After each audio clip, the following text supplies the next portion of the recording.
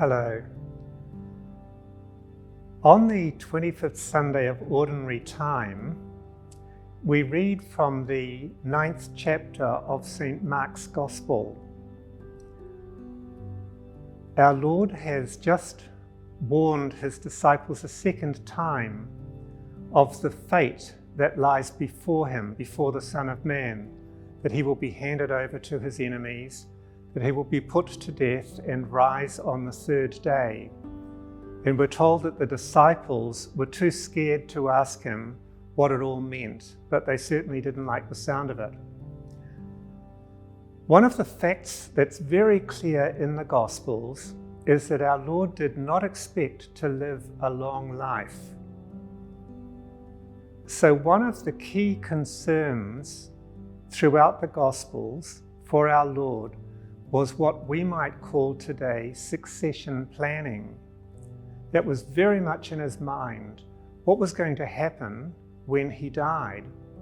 How would things continue? And in the Gospel today, there's a very interesting comment.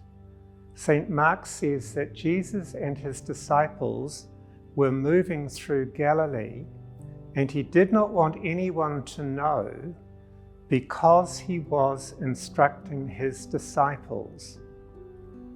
That was the succession plan, that he was going to form disciples. That's actually a very Jewish concept and a very beautiful one. The idea of forming disciples. In that way of thinking, a disciple is a seeker, a truth seeker, if you like, someone who is wanting to live a good life, a godly life, and is looking for guidance and instruction on how that should be done. And in this concept, a disciple looks for a master, or sometimes a master might actually invite someone to become a disciple. And in this Jewish way of thinking, the disciple would listen to what the master said, but far more importantly would be watching the master all the time. They'd be watching, where does the master live? What clothes does he wear? What food does he eat? What friends does he have? How does the master live his life? Because the disciple wants to become like the master. The disciple eventually is hoping that his or her life might become a masterpiece, a piece of the master. And in that work of forming disciples, our Lord actually was very successful. You may remember in the Garden of Gethsemane, when the arresting troops arrived and they were looking for Jesus of Nazareth, Jesus said, well, look, I'm he. I'm the one you're looking for. Let these others go. And they did. And it was a very big mistake because they took the master, but they lost the disciples. We're all called to be disciples. And that means that we need to be constantly focused on the face of the master. St. Paul is the model disciple.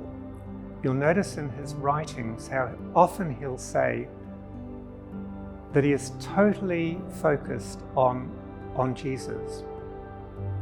St. Paul says all his learning, all his past works he regards as so much rubbish if only he can have Christ.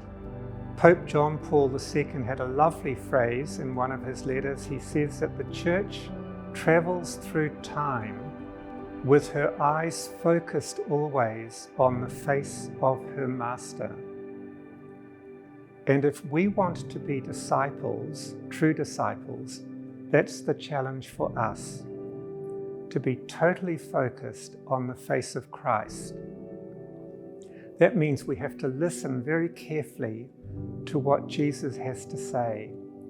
In the Gospel today, he says to his disciples who've been arguing about which of them is the greatest, he says, you must learn that the first must be last. You want to be first in the kingdom of heaven? You must be the servant of all.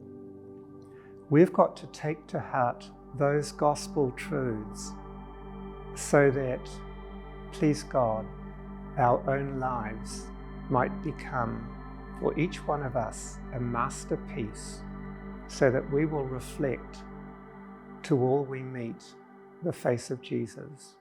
May God bless us on the journey.